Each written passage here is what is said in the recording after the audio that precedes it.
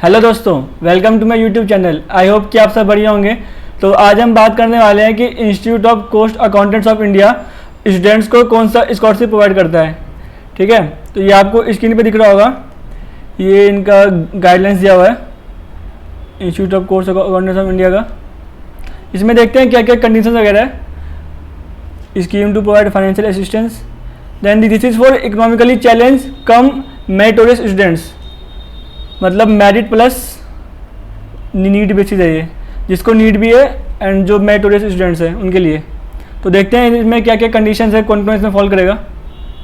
ये आपका इंडेक्स दिया हुआ है, देन ये आपका, इसको छोड़िए, ये आपका ऑब्जेक्टिव दिया हुआ है कि किस पर्पज़ के लिए ये लाया गया है। To promote the education of cost management accountancy.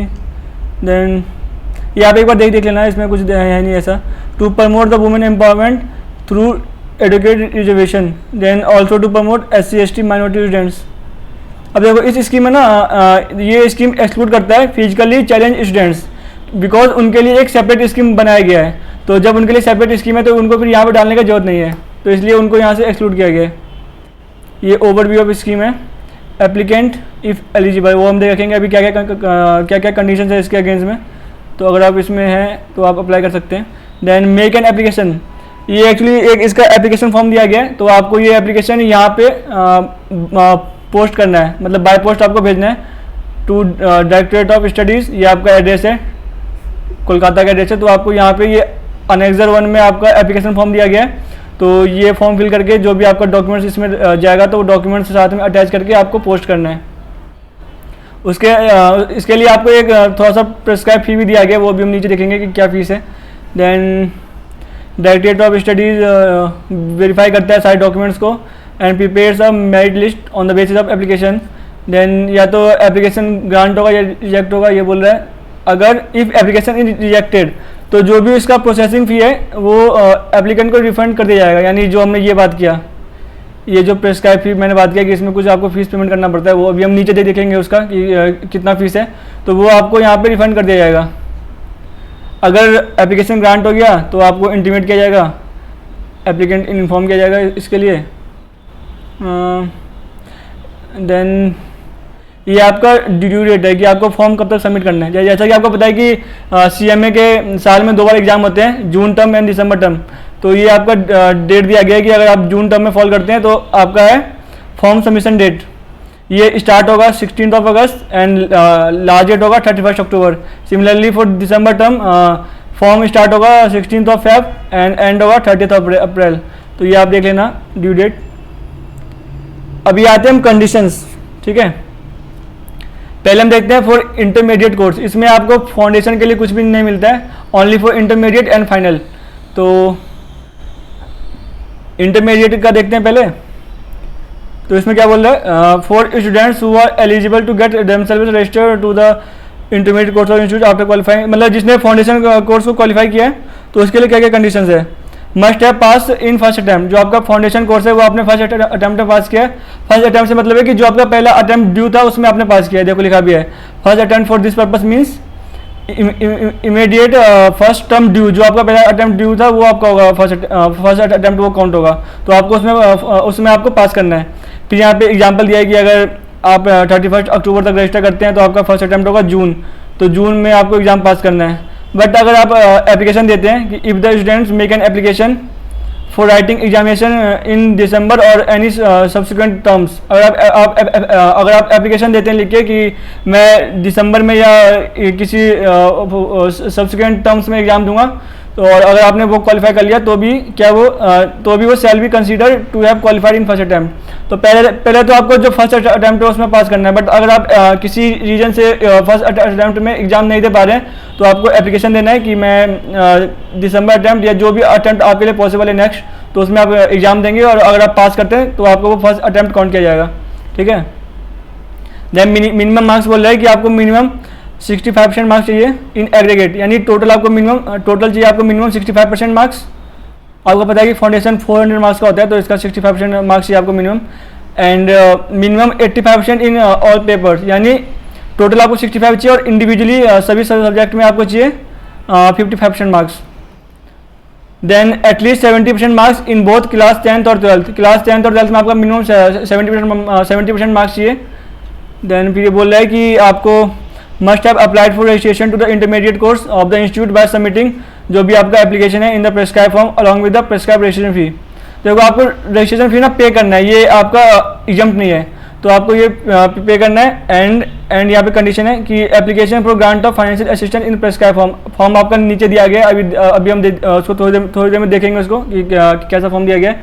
Then after declaration of his her result of the foundation examination, मतलब जब आपका एग्जाम क्लियर हो रहा है तो आपको इस फॉर्म के अंदर अप्लाई करना है और आपको इंटरमीडिएट में जो इंटरमीडिएट में आपको बेसिकली रजिस्टर करना है खुद को, तो आप इसमें अप्लाई कर सकते हैं। देन ये बोल रहा है फॉर स्टूडेंट्स, मतलब जिसने फाउंडेशन जो institute of course accountant of India का फाउंडेशन कोर्स है वो पास नहीं किया उसने, या तो उसने इंस्टीट्यूट ऑफ कंपनी सेक्रेटरी का फाउंडेशन कोर्स पास किया है, या फिर intermediate course of institute of Chartered Accountants of India का पास किया है, या फिर वो ग्रेजुएशन उसने कंप्लीट किया है, ग्रेजुएशन या फिर पोस्ट ग्रेजुएशन। तो उनके केस में क्या कंडीशन है देखिए। इसमें फर्स्ट पार्ट है for students who are qualified foundation course examination conducted by the institute of company secretary of India, मतलब इन्होंने ICSI का फाउंडेशन कोर्स पास किया है और अब वो लोग डायरेक्ट आ रहे हैं यहाँ पे इंटरमीडिएट कोर्स में आ रहे हैं वो लोग डायरेक्ट, ठीक है।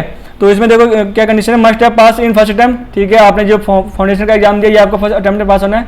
यहाँ भी सेम है कि जो आपका पहला अटेम्प्ट ड्यू था उसमें आपको एग्जाम देना है और पास करना है। यहाँ भी एग्जाम्पल दिया है कि अगर आप किसी रीजन से एग्जाम नहीं दे पा रहे हैं तो आपको यहाँ पे एप्लीकेशन लिख के देना है, तो वो भी आपका काउंट किया जाएगा उसके अंदर।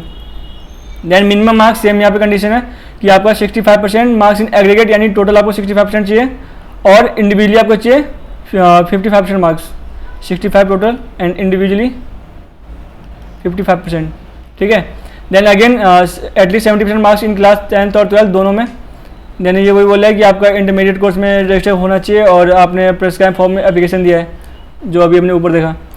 देन ये बोल रहा है कि for students who have qualified intermediate examination, जिसने Institute of Chartered Accountants of India का इंटरमीडिएट एग्जामिनेशन पास किया है तो उनको भी इंटरमीडिएट में डायरेक्ट एंट्री मिलती है।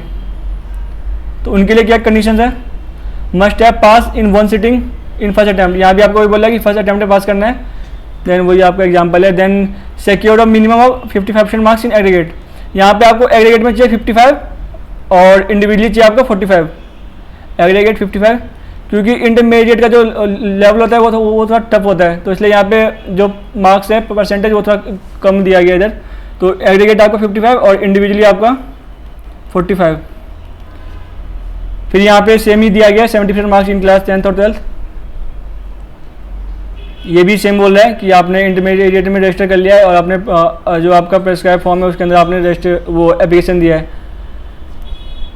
फिर आगे है फॉर ग्रेजुएट्स और पोस्ट ग्रेजुएट्स, इनको भी इंटरमीडिएट लेवल पे डायरेक्ट एंट्री मिलता है, इंटरमीडिएट में इनको डायरेक्ट एंट्री मिलता है। तो इनका भी वही है कि must have pass in one sitting and in the first attempt at the prescribe examination of the university, जिस भी यूनिवर्सिटी और या फिर कॉलेज से आप ग्रेजुएशन या पोस्ट ग्रेजुएशन कर रहे हैं तो आपने उसको फर्स्ट अटेम्प्ट में पास किया है। ऑब्टेन अ मिनिमम 55% मार्क्स, यहाँ भी वही बोल रहा है टोटल आपको चाहिए मिनिमम 55% एंड इंडिविजुअली चाहिए आपको 50%। Then again 70% in class 10th और 12th, और यहाँ भी सेम ही है कि आपका इंटरमीडिएट में रजिस्ट्रेशन प्लस में प्रेस्क्राइब फॉर्म में एप्लीकेशन। अभी हमने ऊपर बात किया फॉर इंटरमीडिएट, अब हम बात करते हैं फॉर द फाइनल कोर्स। तो यहाँ देखो क्या बोल रहा है, students who had qualified intermediate course examination without claiming availing any qualification based examination. ये क्या बोलना चाह रहे हैं, देखो अगर आपने intermediate of institute of company secretary of India ये पास कर लिया है तो आपको कुछ पेपर्स में intermediate of institute of cost accountant of India उसमें आपको कुछ पेपर में मिलता है एग्जाम्पशन। आई थिंक 3 पेपर है जहाँ तक मेरे को याद है, 3 पेपर में आपको मिलता है एग्जाम्पशन। तो ये बोल रहा है कि अगर आपने कोई भी एग्जाम्पशन क्लेम नहीं किया तो उस केस में क्या कंडीशंस है, should be bona fide student of the institute, ठीक है। Must have pass in one sitting and in first attempt, देखो आपको यहाँ पे फर्स्ट अटेम्प्ट में क्लियर करना है। फिर यहाँ पे 55% मार्क्स चाहिए इन एग्रीगेट और इंडिविजुअली आपका चाहिए 45% marks. Then again at least 70% in class 10th और 12th, must have applied for enrolment, ये सब चीज़ें वही है जो ऊपर देखा। अभी ये सेकंड पॉइंट है, students who had qualified intermediate course examination by availing qualification based examination. मतलब जो 3 एग्जामिशन मिल रहे हैं, चाहे इंटरमीडिएट लेवल पे हो या फाइनल लेवल पे हो, तो वो आपने उसमें किया, आपने एग्जामिशन क्लेम किया है, तो उस केस में क्या कंडीशन है? Must have pass in 1 sitting, आपको फर्स्ट अटैम्प्ट पे पास करना है यहाँ पे भी।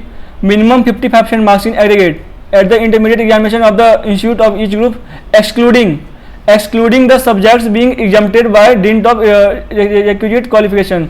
जो सब्जेक्ट आपने एग्जामिशन क्लेम किया है तो उसको छोड़ के बाकी सब्जेक्ट में आपके मिनिमम 55% मार्क्स इन एग्रीगेट और मिनिमम 45% मार्क्स इन मतलब जो बाकी सब्जेक्ट्स हैं। और फिर यहाँ पे वही मिनिमम 70% इन क्लास 10th और 12th, ये भी सेम कंडीशंस हैं, ठीक है। ये बोल रहे हैं कि grant of financial assistance would be on the basis of merit list of applicant, merit list would be prepared. ये छोड़िए, हाँ अब यहाँ पे इनकम का लिमिट दिया गया है। अगर आप खुद ही एम्प्लॉयड है या फिर कोई सोर्स ऑफ इनकम है आपका खुद, तो आपका income not more than ₹1 lakh होना चाहिए, मतलब 1 लाख से एक्सीड नहीं करना चाहिए, ठीक है। बट अगर आप अपने पेरेंट्स पे डिपेंडेंट है तो आपका टोटल इनकम 2 लाख एक्सीड नहीं करना चाहिए, यानी आपका खुद का इनकम प्लस में आपका पेरेंट्स का इनकम, इंडिविजुअल इनकम और पेरेंट्स का इनकम, ये 2 लाख एक्सीड नहीं करना चाहिए। या तो आप ये फुलफिल करें या फिर ये फुलफिल करें, ठीक है। देन आपको कौन कौन से डॉक्यूमेंट चाहिए होंगे? अगर आप कहीं पे जॉब कर रहे हैं इफ एम्प्लॉयड, तो आपको सैलरी स्लिप लगानी पड़ेगी ऑफ द लास्ट 3 मंथ्स। आप बोलोगे कि सर अभी तो 3 महीना जो जॉब ज्वाइन किया हुआ भी नहीं है, मैं तो लास्ट 2 मंथ से काम कर रहा हूँ, तो उस केस में है कि अगर आप लेस देन 3 मंथ्स हैं तो आपको उतने टाइम का देना है। फॉर एग्जाम्पल अगर आप लास्ट 2 मंथ से काम कर रहे हैं तो आपको 2 मंथ्स का देना है पे स्लिप, यहाँ देखो लिखा भी हुआ है। Then the certificate should be produce for the actual time period, जब हमारा लेस देन 3 मंथ्स है तो। देन अगर applicant is self employed, then the relevant proof of self employment which में ऑल्सो इंक्लूड ट्रेड लाइसेंस और any certificate. अगर आपको government से कुछ लाइसेंस वगैरह मिला है तो आपको वो सबमिट करना है, उसका प्रूफ सबमिट करना है आपको। अगर if the applicant is self employed other than 2, मतलब आपको कुछ गवर्नमेंट से कोई भी लाइसेंस वगैरह नहीं मिला है, किसी दूसरे काम में आप सेल्फ एम्प्लॉयड है दूसरे काम के अंदर, देन आपको एक खुद का डिक्लेरेशन देना है, then a self declaration to be made कि आपका इनकम इतने से कम है। और अगर आप अपने पेरेंट्स पे डिपेंडेंट है तो आपका पे स्लिप चाहिए होगा आपके पेरेंट्स का, ठीक है। अब ये बोल रहा है अनजस्ट एनरिचमेंट, इसमें क्या बोल रहा है इंस्टीट्यूट कि आप किसी भी 2 सोर्स से पैसा दो सोर्स से ये लिखा हुआ है, the student should not be in receipt of financial assistance scholarship from any other source. मतलब आप किसी 1 सोर्स से ही स्कॉलरशिप ले सकते हैं, 2 सोर्स से आप नहीं लेंगे, ओनली 1 सोर्स इज अलाउ। और अगर आप इंस्टीट्यूट का कोई दूसरा कोर्स परस्यू कर रहे हैं तो उसके लिए भी आप सेपरेटली स्कॉलरशिप नहीं लेंगे, आपको सिर्फ 1 कोर्स के लिए मिलेगा और वो भी ओनली फ्रॉम 1 सोर्स। तो ये हो गया।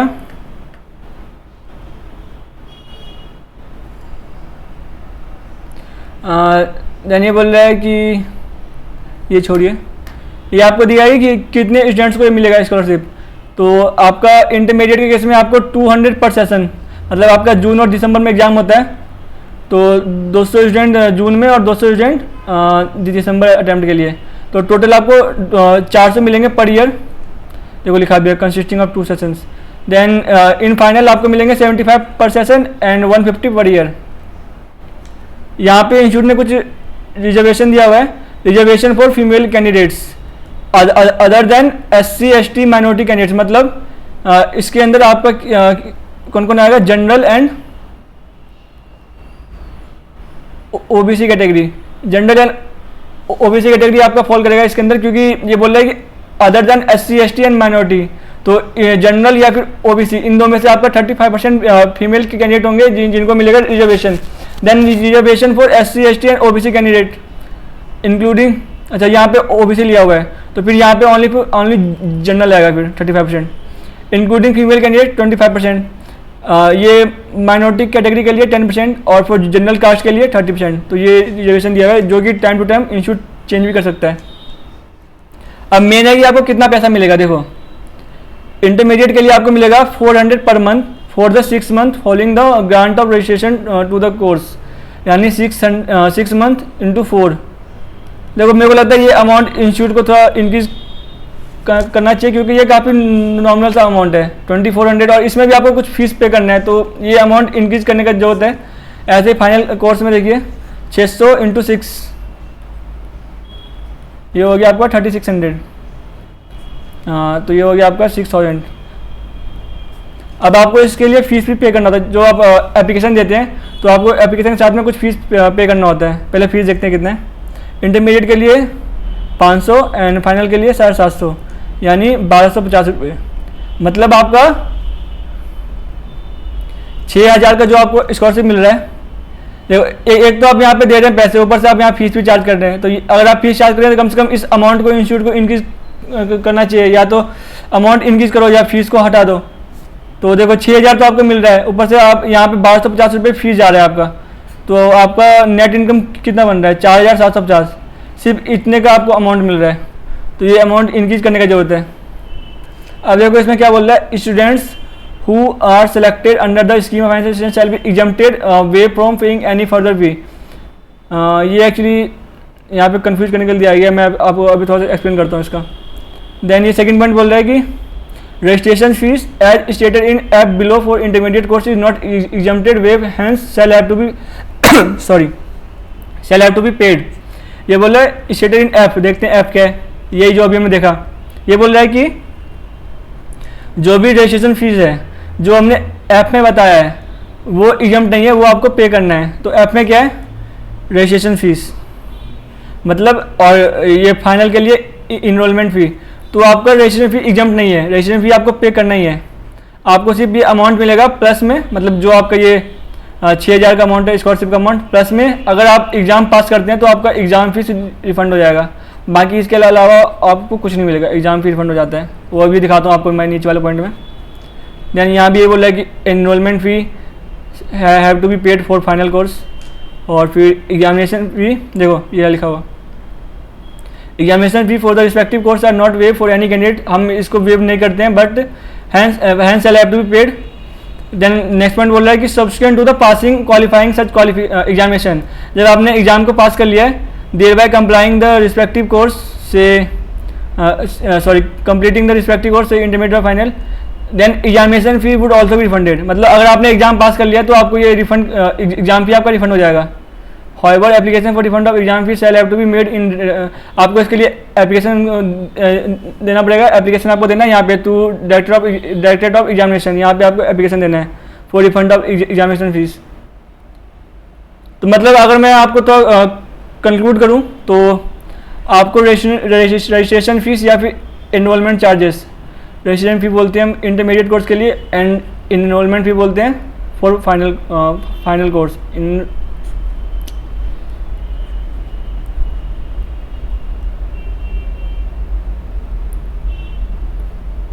इनरोलमेंट ये आपका एग्जम्प्ट नहीं है, तो ये आपको पे करना है। आपको स्कॉलरशिप का अमाउंट मिलेगा ₹6000, जिसमें से अगर आप इंटरमीडिएट एंड फाइनल दोनों पे क्वालिफाई करते हैं तो आपको 1250 का फीस पे करना है। तो आपका नेट इनकम हुआ 4750, ये आपको मिलेगा scholarship net. Then third point है क्या कि एग्ज़ाम फीस अगर आप एग्ज़ाम पास करते हैं, मतलब पहले आपको इसका पेमेंट करना है, बट अगर एग्ज़ाम फी आप पास करते हैं, एग्ज़ाम पास करते हैं आपको, तो आपका एग्ज़ाम फी रिफंड हो जाएगा। बाकी नीचे आई थिंक फॉर्म दिया होगा, हाँ ये आपका एप्लीकेशन फॉर्म दिया गया है, एप्लीकेशन फॉर्म। तो इस फॉर्म के अंदर ही आपको अप्लाई करना है। इसमें फिल करके जो अभी मैंने ऊपर बिल्कुल आपको दिखाया था कि आपको कौन से एड्रेस पे इसको पोस्ट करना है, तो वहाँ पे आपको सभी डॉक्यूमेंट्स के साथ इसको पोस्ट करना है। बस इस वीडियो में इतना ही था। तो अगर आप किसी को जानते हैं जो CMA परस्यू कर रहा है तो उसको ये वीडियो शेयर कीजिए, और अगर आपने चैनल को सब्सक्राइब नहीं किया तो उसको सब्सक्राइब कर दीजिए। मिलते हैं नेक्स्ट वीडियो में, तब तक के लिए थैंक यू।